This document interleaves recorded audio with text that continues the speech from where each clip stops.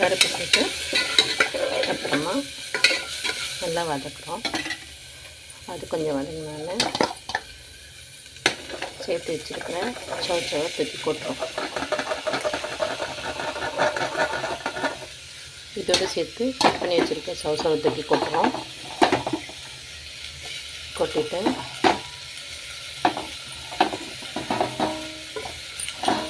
நல்லா வதங்கணும். எவ்வளோக்கு எவ்வளோ வதங்குதோ அவ்வளோக்கு அவ்வளோ உங்களுக்கு டேஸ்ட்டு கொடுக்கும். இது மார்னிங் வந்து நம்ம சிஸ்டமில் ஒர்க் பண்ணுறவங்களுக்கு எல்லாத்துக்குமே வந்து நல்லது. ஏன்னா வெயிட் லாஸ் பண்ணுறவங்களுக்கு ப்ளஸ் ஆயிலும் வந்து கம்மியாக சேர்த்துருக்கேன். எவ்வளோக்கு வதங்கட்டும் சீக்கிரமாக உங்களுக்கு ஈஸியாக இருக்கும். இஞ்சி பூண்டு சேர்த்துருக்கிறதுனால வாயில் இருக்காது. இல்லைன்னா கொஞ்சம் பெருங்காயத்தோடு போட்டுக்கலாம், யூஸ் பண்ணிக்கலாம்.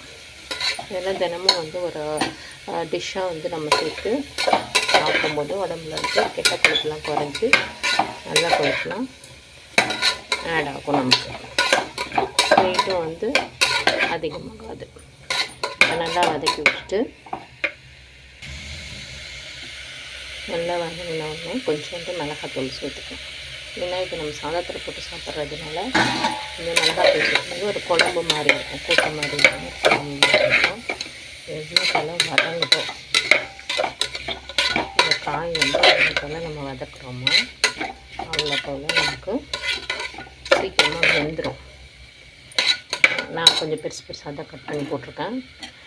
பூக்கள் வந்து கரைஞ்சிரும். அதனால் நல்லா வதங்குது.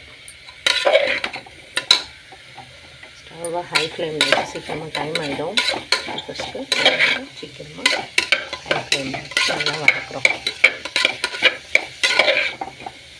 இவ்வளோக்கு எவ்வளோ வதங்குது. இது வதங்குறது தான். தக்காளி வெங்காயம் எல்லாத்தையும் வதக்கி விட்டுட்டோம்னா நமக்கு சூப்பராக இருக்கும்.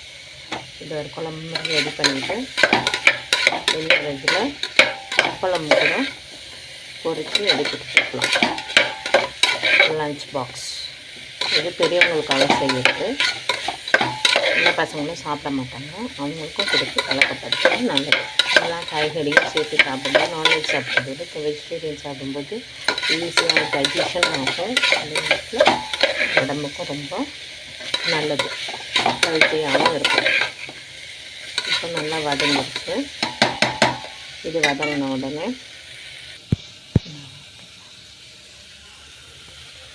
காய் நல்லா வதங்கிட்டோம். கலர்ஃபுல்லாக இருக்கா, கலர்ஃபுல்லாக இருக்கும். அதுக்கப்புறம் கொஞ்சம் கல்லுப்பு சேர்த்துக்கலாம். கல்லுப்பு சேர்த்து காய் வதங்கினதுக்கப்புறமா தான் கல்லுப்பு சேர்க்கணும். அதுக்கு முன்னாடியே நீங்கள் சேர்த்திங்கன்னா காய் வந்து வதங்காது, வேகம். நல்லா வதக்கி விட்டுட்டு அதுக்கப்புறமா தேவையான அளவு உங்களுக்கு வாட்டர் சேர்த்துக்கலாம்.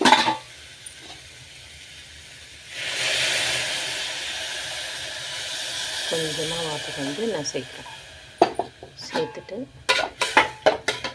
கலந்து விட்டுற மாதிரி நல்லா கலந்து விடும்போது கொஞ்சமாக வாட்டர் சேர்த்தோம் இல்லையா, சேர்த்துட்டு கூட வந்து கொஞ்சம் மஞ்சள் பொடி சேர்த்துக்கணும். எந்த சமையலுக்கும் கொஞ்சம் மஞ்சள் பொடி சேர்க்கும்போது கேன்சர்லாம் வராது.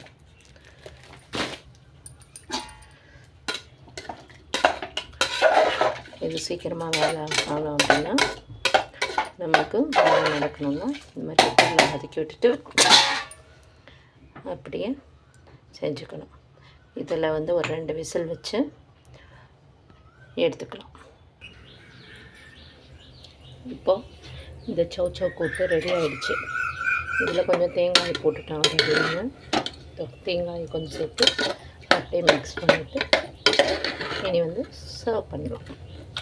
உடம்புக்கும் ஆரோக்கியமானதாக இருக்கும், ஹெல்த்தி ஃபுட்டு எடுத்துகிட்டு போகலாம். இது கூட வந்து ரசம், மோர் அந்த மாதிரி வச்சு சாப்பிட்டோம்னா ரொம்ப நல்லாயிருக்கும். தேங்க்யூ.